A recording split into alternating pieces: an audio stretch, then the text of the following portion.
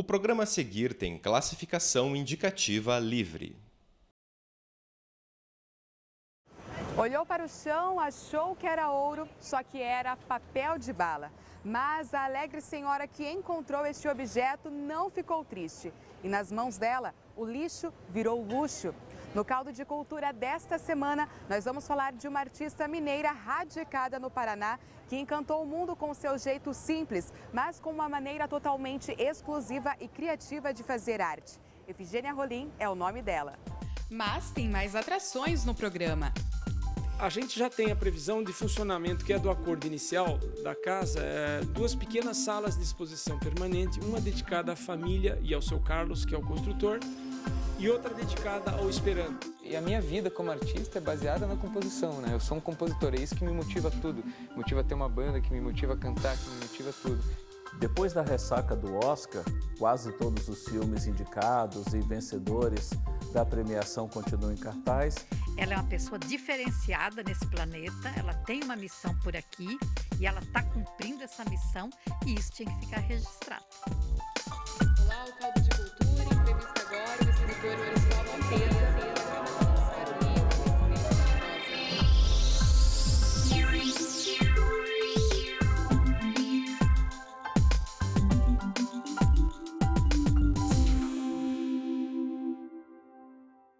Quem é Efigênia Rolim? Ela é poeta, estilista, artista.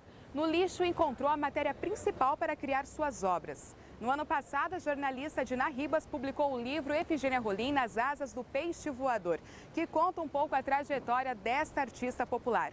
O Caldo de Cultura se interessou por essa história e conversou com a Diná e também foi até o ateliê de Efigênia Rolim na Vila Oficinas, em Curitiba. Lá, a artista recebeu a nossa equipe.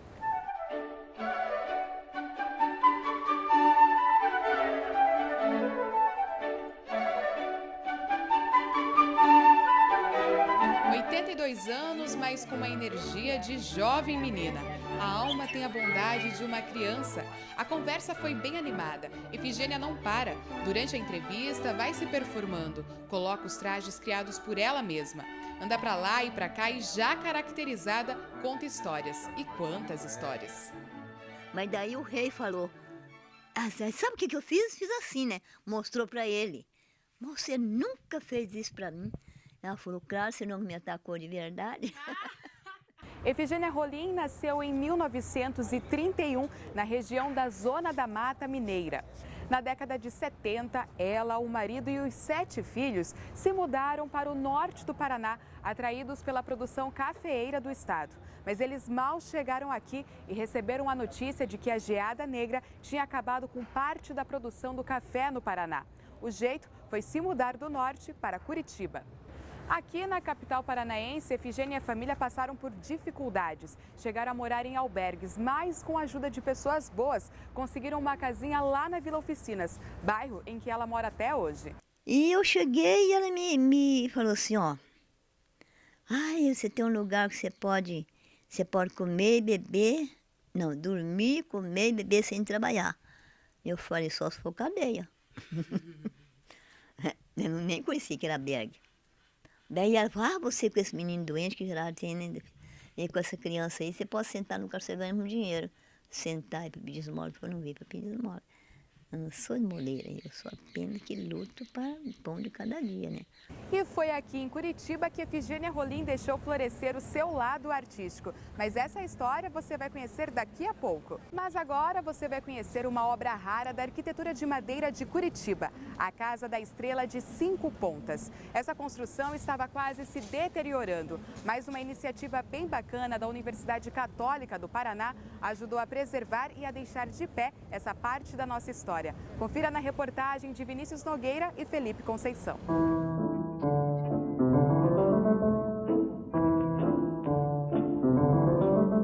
Curitiba, década de 30. O contador Augusto Gonçalves de Castro trocou o Ford de 1929 da família por um lote de tábuas de pinheiro.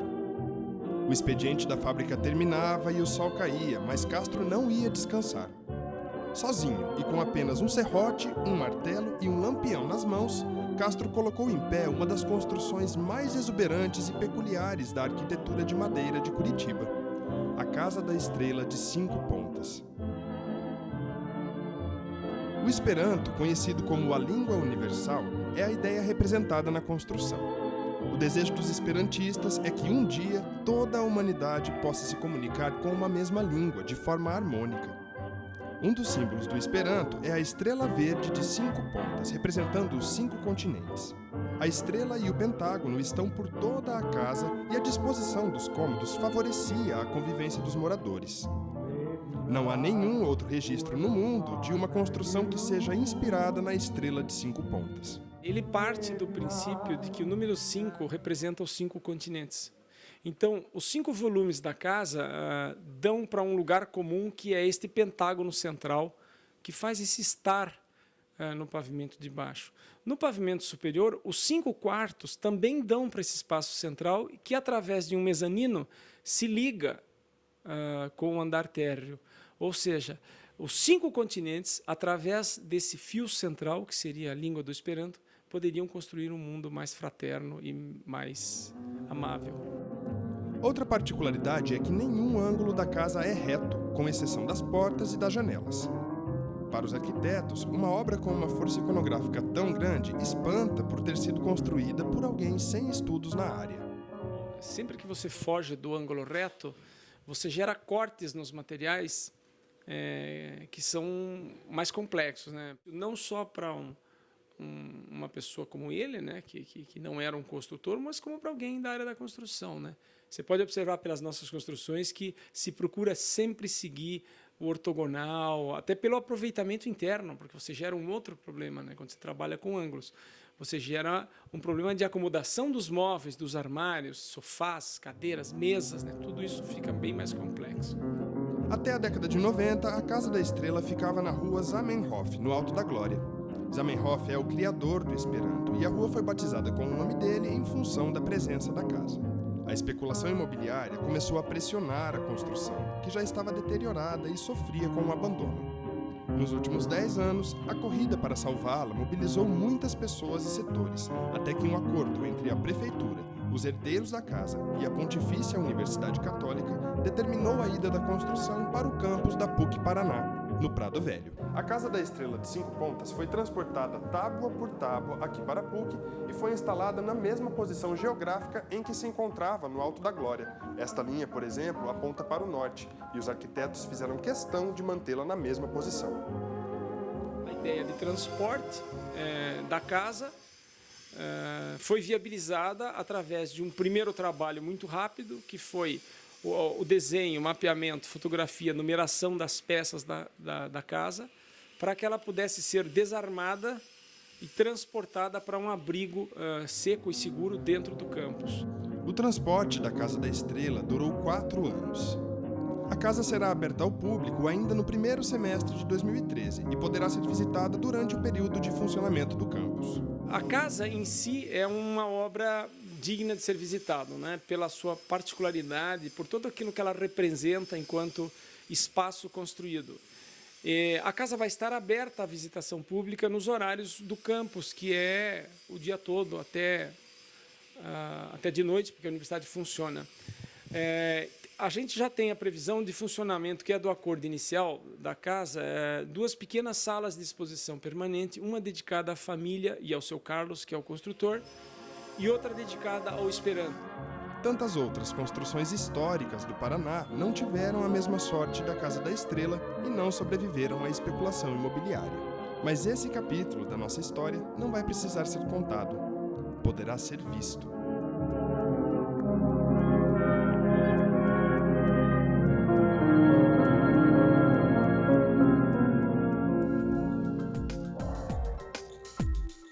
E no próximo bloco, a arte de Efigênia Rolim. Você também vai conferir uma entrevista com o músico Rafa Moraes. É daqui a pouco no Caldo de Cultura.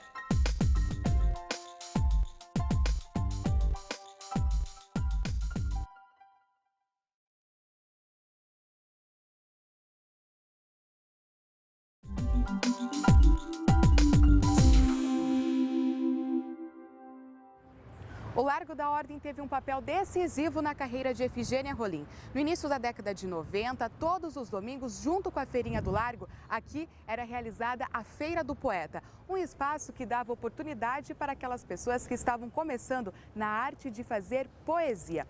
Aqui, Efigênia Rolim conheceu pessoas como Hélio Leitz e Kátia Horn. A circulação de turistas do Brasil inteiro e de todo o mundo também ajudou a espalhar o nome da artista pelos 4 cantos do mundo. A minha primeira poesia foi assim. Eu vestia a roupa, eu já nem tinha roupa reciclada ainda, mas eu pus um chapéuzinho na cabeça assim. Com meu chapéu na cabeça é muito pouco. Espero que o mundo reconheça quais são loucos. Se eu fiz a minha roupa com tanto capricho, chamam de louca porque visto lixo. As crianças que me chamam de bruxinha, pobre sem defesa, que defende a natureza, então me chama de madrinha. É um pouquinho de loucura que está dentro de mim. Eu vou mostrar para as criaturas que a vida é sempre assim. E eu não tenho muita cultura para seguir esse caminho, mas nas minhas aventuras eu sei que não sou sozinha. Eu não sei para onde vou, ninguém sabe de onde eu vim, mas se Deus me convidou, eu fico até o fim. Pelas ruas isoladas, ninguém me conhecia. Eu sentava nas calçadas, eu declamava poesia. Nem tudo que diz é verdade, mas pode ser verdade o que diz. A maior felicidade é saber ser feliz. No início da década de 90, naquela mesma época em que Efigênia participava da Feira do Poeta, ela estava caminhando aqui na rua 15 de novembro, perto do bondinho, e olhou para o chão achando que tinha visto ouro. Quando ela chegou mais perto, viu que era um simples papel de bala, mas ela não ficou triste. Foi aí que ela teve uma visão. Este acontecimento mudou a vida da artista. A partir disso, ela começou a criar roupas e peças com materiais recicláveis. As roupas de Efigênia são únicas e criativas. Grupos de teatros do Brasil inteiro, em busca de um figurino original e exclusivo, procuram os modelos de Efigênia. O bacana é que cada peça é criada com base numa história que ela mesma inventa, ela mesma conta. Essas bonecas, segundo a artista, são as mulheres do Osama Bin Laden, que depois da morte do amado ficaram de luto, vestindo apenas o preto. A minha obra não é uma marcha cultura, ela é uma obra que está dando vida ao planeta. Ela veio do martírio, mas agora ela dá vida. Exatamente, agora ela está viva, está dando vida para muita gente, até para mim, né? Está dando vida para mim, porque quando eu ponho a mão na massa para trabalhar, que eu vou trabalhar, eu falo, ó, agora você não vai ser mais um papelzinho de bala, você não vai ser mais um potinho. Efigênia Rolim ainda vai nos contar muitas histórias, é daqui a pouco. Mas agora confira uma entrevista com o músico Rafa Moraes, que está com um trabalho solo bem bacana.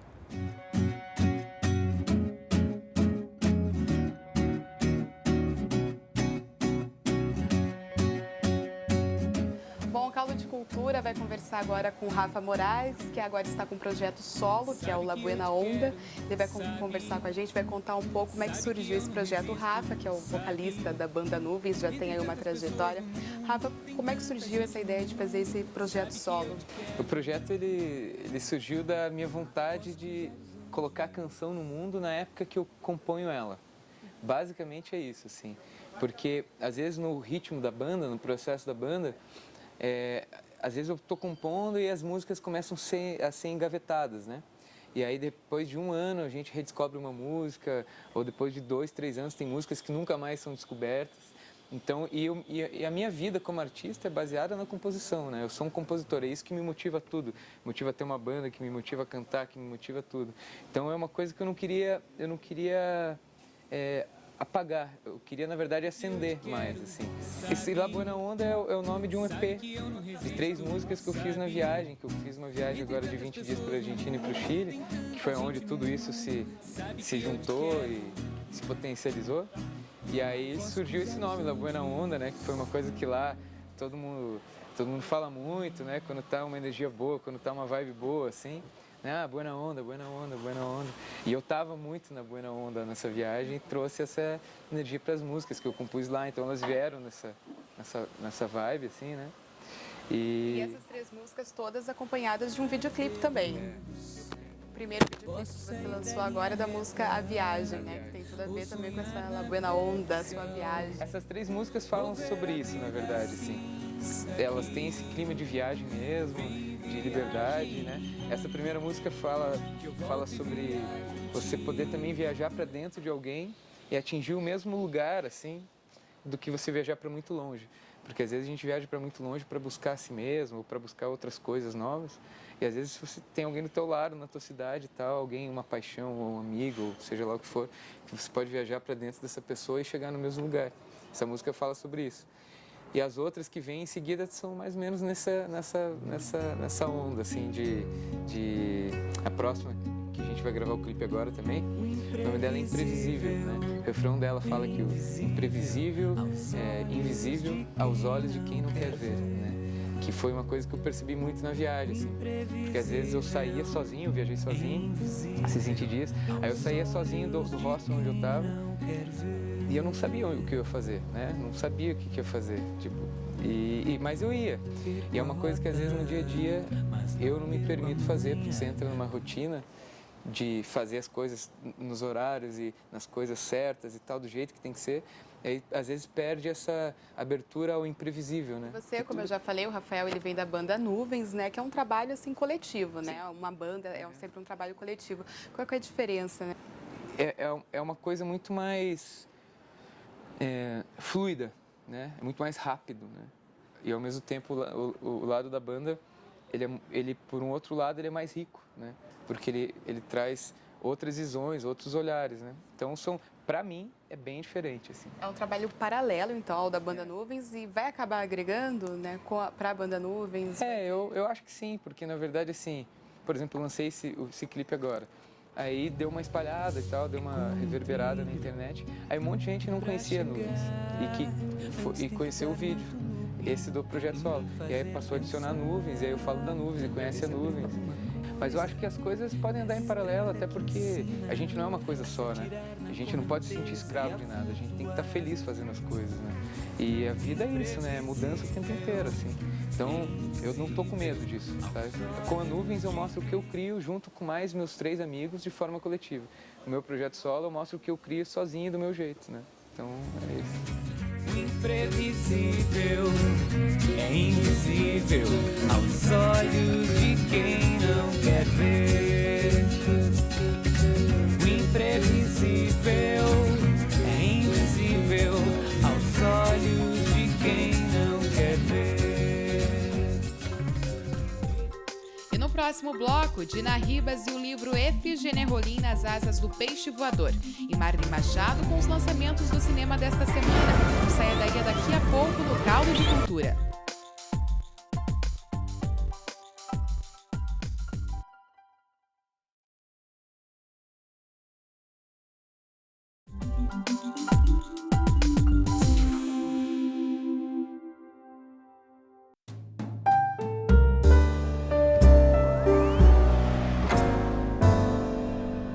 Depois da ressaca do Oscar, quase todos os filmes indicados e vencedores da premiação continuam em cartaz. Temos 2 opções nos cinemas esse fim de semana. O primeiro deles, Oz, Mágico e Poderoso, que é o primeiro trabalho do Sam Raimi depois de 10 anos envolvido com a trilogia original do Homem-Aranha. Ele que dirigiu o Homem-Aranha em 2002, voltou ao Homem-Aranha 2 em 2004 e realizou o Homem-Aranha 3 em 2007, ou seja, ficou boa parte dos últimos anos envolvido com a trilogia do Aracnídeo. Ele volta agora, mais uma vez, a um universo fantástico, contando uma história anterior à história que nós conhecemos da Dorothy e do Mágico de Oz. É como se fosse uma história, é uma história que acontece antes, um antecedente. Os americanos têm um termo bem específico para esse tipo de história, chamam de prequel. Em português, a tradução não é das mais felizes, mas é uma história, para ficar bem claro, que acontece antes da história que nós conhecemos da Dorothy em O Mágico de Oz. É um filme tecnicamente muito bem feito, visualmente deslumbrante, mas um pouco capenga no roteiro. E isso termina derrubando um pouco o filme. Apesar do encantamento, de toda essa beleza que o filme tem, a história não se sustenta como poderia. E isso é o grande defeito deste filme. A outra estreia, a outra opção, é mais para o público infantil, Tainá, a Origem. Quem conhece já a índiazinha Tainá, já foram feitos 2 filmes com essa personagem. O primeiro, Tainá, As Aventuras de Tainá, 10 anos atrás, teve uma continuação, Tainá 2, A Aventura Continua. Agora é também uma espécie de prequel, né? Uma história que aconteceu antes, ou um reboot, como os americanos também gostam de chamar, uma returbinada na história. Eles recomeçam a história da Tainá, indo lá para trás, contando a sua origem. É um filme que tem todos aqueles elementos que as crianças gostam muito, aventura, personagens carismáticos, uma personagem à frente que cria uma identificação imediata com qualquer criança, uma produção bem cuidada e tem todos os elementos, como eu já disse, para reaquecer essa franquia da Índiazinha. Então, Tainá, a origem, junto com Oz, mágico e poderoso, são as opções nos cinemas a partir desse fim de semana, além dos filmes que venceram o Oscar no fim de semana retrasado e que continuam em cartaz aqui em Curitiba. No ano passado, a jornalista Dina Ribas publicou o livro Efigênia Rolim, Nas Asas do Peixe Voador. As duas são amigas aí há mais de 10 anos. Para concluir este trabalho, Dina e Efigênia ficaram juntas por muitos anos. Dina também levou Efigênia para Minas Gerais. Lá, ela reencontrou a família. Toda a trajetória de Efigênia Rolim está nestas páginas, desde o nascimento até a consagração dela como artista popular. Nem sou eu que digo, são os especialistas que dizem, né? Porque quando eu fui pesquisar sobre ela, primeiramente fui ver todos os trabalhos que já tinham sido feitos. Porque se eu vou começar um trabalho, eu quero saber o que os outros disseram. E tem monografias, teses de doutorado, tese de mestrado, documentários sobre ela. E especialistas dizem que ela é uma grande artista. Porque a arte tem vários segmentos, ela tem vários nuances, né? E ela é uma artista, sim, potencial, rica. E além de ela ser uma artista que faz a arte, ela também é uma protetora da natureza, que alguns artistas também fazem isso. Então, ela pode ser enquadrada num grupo de pessoas que, além de fazer o seu trabalho, ela também protege a natureza. Você vê que nada aqui é comprado. Ela não deve ter gasto 1 centavo em nada do que está aqui. Ou ela ganhou, ou ela achou na rua, ou ela das próprias coisas que ela tinha. Então, isso que me encantou, né? Ela não é só uma artista como outra qualquer, porque muitos artistas existem. Ela é uma pessoa diferenciada nesse planeta, ela tem uma missão por aqui, e ela está cumprindo essa missão, e isso tinha que ficar registrado. No ano passado, Efigênia Rolim foi mais uma vez reconhecida. Uma de suas obras agora vai fazer parte do acervo do Museu Oscar Niemeyer, o MON. Nós estávamos encerrando a exposição que fizemos por ocasião do lançamento do livro. E quando a gente já estava quase indo embora, já com as sacolas prontas, nós estávamos lá já indo embora, todo mundo, chega a diretora do MON e comunica que eles iam ficar com uma obra de lá, que é a rainha do planeta, que sempre ficava aqui nesse lugar aqui ela ficava. Até o espírito dela está aí ainda, que é uma obra muito emblemática.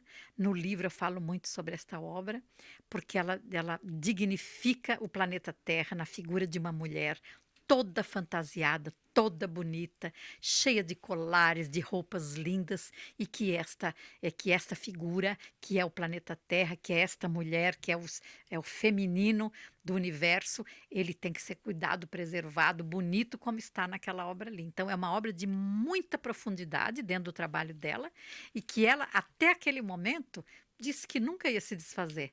Mas como a gente que é inteligente, que é sensível, não fica irredutível todos os momentos da nossa vida, ela enxergou que naquele momento a obra teria mais gente vendo lá no museu do que aqui no ateliê, porque ela só vai em exposições que se monta.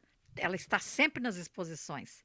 Mas lá, você vê, ela vai ficar no setor do Paraná, que é um setor de visitação imenso. Então, quantas centenas de pessoas, milhares de pessoas, até não sabemos quando nessa vida, vão ver essa obra. Então, para nós, e para ela, principalmente, que é autora da obra, foi um presente. Efigênia é um exemplo de vida e vive, brinca, se alegra e até vira cambalhotas. Ela sabe que contribui muito para o desenvolvimento do planeta. Para isso que hoje chamamos de sustentabilidade. Se você jogar tudo isso no rio ou numa valeta, tudo isso aqui, o que acontece? A água tem que voltar. Ou voltar ou revoltar, né? Ela vai revoltar porque jogar. Eu estou falando que isso aqui já... Ó, não quero mais que leva as obras do... Descobri hoje na minha oração. Jesus falou assim, ó. Lá no meu consciente, subconsciente, no meu coração. Se foi tão útil lá no salão, por que não pode ser útil aqui? Efigênia Rolim já passou por muitas dificuldades, mas nenhuma foi o suficiente para tirar dessa mulher a vontade de viver. E para quem duvida que felicidade existe, Efigênia explica. Felicidade não é voar alto, mas é ter onde pousar. Tem pessoas que chegam na minha idade, eles estão abandonados numa casa, pela rua, doentinha, deitado numa cama, enquanto eu tenho o mundo inteiro para me abraçar, né? Pode ver, os químicos estão ali atrás, né? Uns 10 pessoas estão ali, não tem lugar de pousar. Então o avião fala, felicidade não é voar alto, mas é ter onde pousar, né? Porque se não tiver onde pousar, minha filha, então se eu estivesse voando, né? Se eu estivesse voando, ninguém estava aqui comigo, né? E daqui do Largo da Ordem, local que foi palco para a arte de Efigênia Rolim por muito tempo, o Caldo de Cultura se despede. Gostou do programa? Para rever essa e outras edições, você já sabe, é só acessar o tv.fpr.br. Uma boa semana para você e até a próxima. Olá, o Caldo de Cultura, entrevista agora o escritor Versal Monteiro.